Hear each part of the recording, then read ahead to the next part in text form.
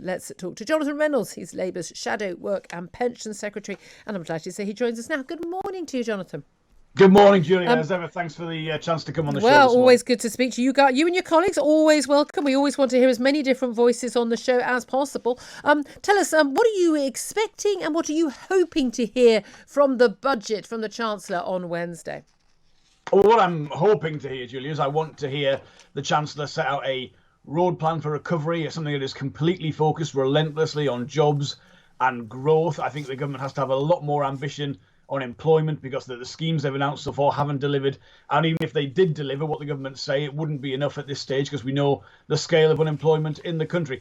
What I ideally like is a commitment that we won't go back to the kind of insecure economy that we had before the crisis began. That might be asking for a bit too much, but I certainly would be demanding on Wednesday some stronger action, particularly for young people who've been at the forefront of the burdens of this crisis. I think they need to be given a guarantee that they won't be out of work for longer than 6 months. We should be guaranteeing something is available to them. And I think the time people have spent on furlough should count towards that. I think, the reasons we know that unemployment scars people, a lot of that is actually similar for people who have been on furlough. And I think we should recognise the burden that has caused and make sure we've got something that matches the scale of the crisis. Let's hear the Chancellor say no one left on the scrap heap on Wednesday. I mean, let's just spend billions and billions of pounds more is basically Labour policy now, isn't it? And in a speech today... No, Julie, can I just come back on that? Because the government's already allocated about £4.5 billion to employment programmes, but they're not delivering. You will know, I think, 2,000 kickstart places across the country right now. It was supposed to deliver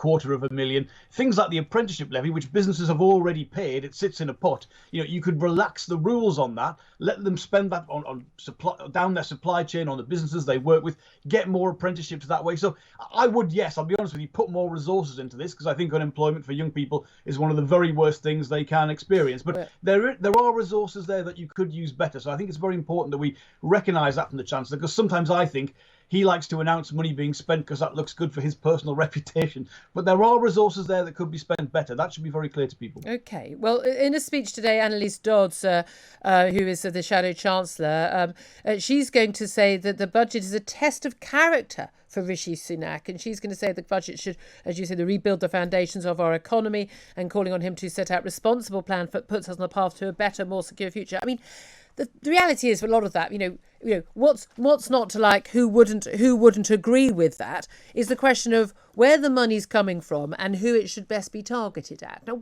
first of all, where is the money coming from?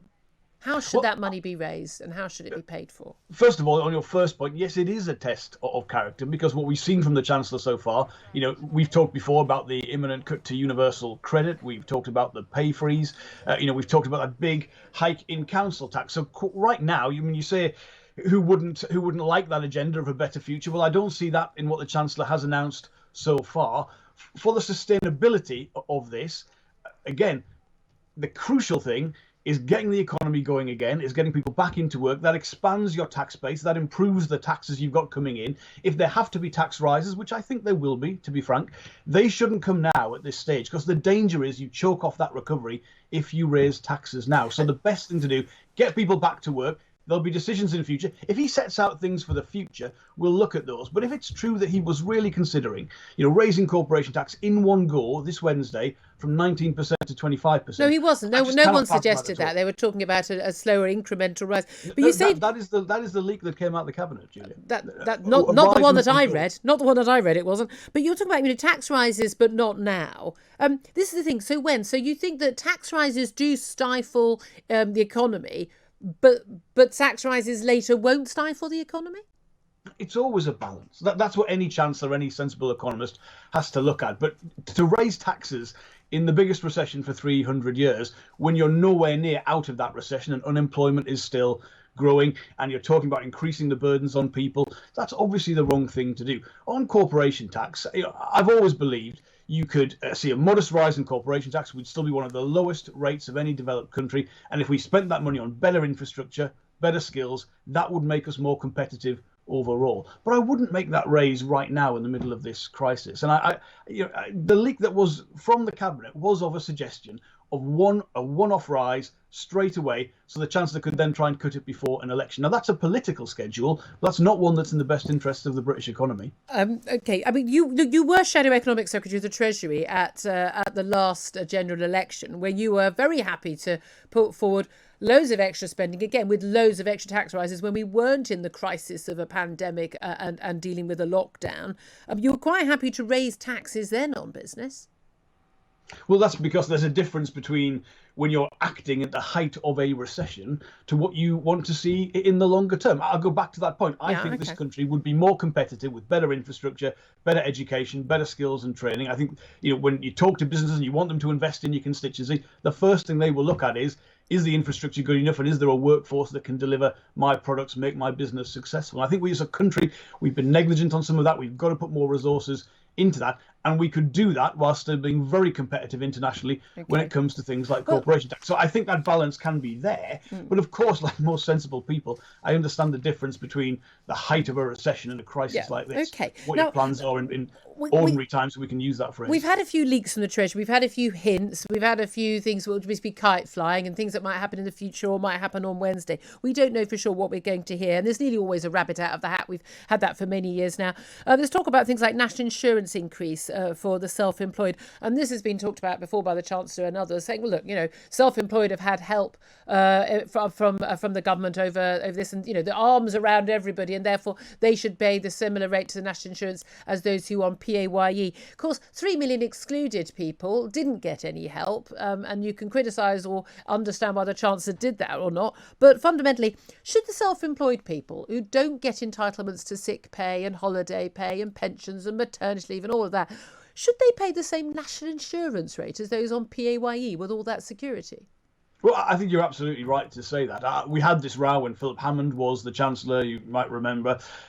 There is a disparity, as you quite rightly said, between the support that people who are self-employed get compared to people who are PAYE. Now, I don't understand why the Treasury or Conservative MPs, they don't seem to understand this disparity. I remember doing interviews after that Philip Hammond budget where you just point this out, and they look genuinely surprised. There's a real issue in this country with bogus self-employment and with forced self-employment, where actually that sometimes is bigger businesses trying to evade their responsibilities in terms of things like employees' national insurance. I would much rather see the focus from the government be on things like that. And I think we all recognise as well there's got to be a fairer split between physical premises-based businesses and ones online, because that burden of taxation is not equitable at all. But the idea that people are getting the same and therefore should pay the same national insurance, I don't recognise that case at all. And I think for some of those people, the excluded people that you've mentioned, who, I've got constituents, for instance, who haven't had any support since March, I think they'll be really, really upset to read that in the papers today, if it is true, because as you say, we get mini leaks before a budget and we don't always know if that's what is really in it or not. Exactly. I mean, look, a lot of this talk, and I think a lot of people who run retail or hospitality businesses were listening to all this chat and saying, do you know what? We don't want another handout, which eventually we're going to have to pay back in taxes anyway. We don't want help with our business rates and our rent and furlough. What we'd like to do is to be allowed to legally open, do our business and sell our goods and make a profit again. And yet Labour is saying you've got all this concern for business, all this concern for jobs, and yet you support lockdowns. You'd have had earlier lockdowns. You'd probably have stricter lockdowns. You've been very critical in some cases from the front bench of the lockdown policy, not going far enough or going soon enough. Do you accept that actually for an awful lot of people in business, they don't want government handouts. They want to actually be able to run their businesses and open up. Do you believe that the government should be driven by data rather than dates, and that the data right now is so good in terms of the rollout of the vaccine, the effectiveness of the vaccine, and the falling numbers of people in cases, hospital admissions and deaths, that we should be unlocking sooner rather than on the government's timetable? No, Julia, I'm still going to respectfully disagree with you on that. I don't see a trade-off between the economy and the health side of the measures, because we saw in a place like Greater Manchester, when we had that second phase, if we can call it that, of the crisis with the eat out to help out policy, was we had our infections had fallen very much to that point, but there was still a level of infection in the community which was clearly endemic. The relaxation started and it flared back up again, and that is why the crisis has gone on. You're blaming eat out to help out? No, I think what I'm saying is the relaxation at that point was not in the interests of my local community. It was set on a national timetable. I think it didn't reflect what we saw here. And therefore, the crisis has gone on for longer, because from that point, we've not got back in control of the infections in Greater Manchester, really until this phase of the lockdown. So the longer the crisis goes on for is related to whether we're on top of the infections. And yes, businesses want to trade, of course they do. But crucially, on your point around do they need support that is linked to the measures they're under. The shocking thing has been the times in the crisis when the government has said your business has to close, but we're not going to give you that support. And we have had to fight that. People will remember at one point we were going to get a much reduced level of furlough in Greater Manchester before people became aware it was still a national issue. So it's the two things together. The health measures businesses have to be given support if they're being told to close. But I don't see a trade-off between the things, because if we get this wrong, this will go on for even longer. And there is still the problem of these mutant strains. We've got this story about the Brazilian strain this morning, which I don't understand, to be honest, what the government's doing on the borders. But I think it's just wrong to look at this and say it's a choice between health or the economy. You've got to get both things right, or both will suffer a lot. Well, yes, I was going to ask you about that, but the Manaus Brazilian variant. So it's not a mutant strain. I mean, viruses mutate. Well, I mean, this is virology 101. This is the P1. 6 cases detected in the UK. One of them, someone who was tested at some point around the 12th or the 13th of February. The Public Health England said they have no idea who that person was, no way of contacting them, and they don't even know where they were tested. What do you make of that? Well, it's clearly not very good at all. Understatement of the year. I don't understand you. When I don't understand the government strategy on the borders, I'm absolutely serious about that. We saw early on in the crisis what other countries were doing in terms of, making sure indirect flights were covered by the procedures they had in place, pre-flight tests, arrivals in their airports being treated in a certain way. We haven't had any of that. Quarantining, obviously that's been going on in other countries and not here. And I'm sure we were told early on in the crisis that there was almost no point in trying to control these things, that they would just get into the country anyway. And yet, to me, the biggest threat is, the vaccine program is clearly going very successfully. But if we did have a strain that the vaccines weren't effective on, well, that would be an absolutely terrible situation. So for me, that need to be vigilant, to have those procedures in place on the borders has been paramount. But I don't understand what the government strategy is at the minute.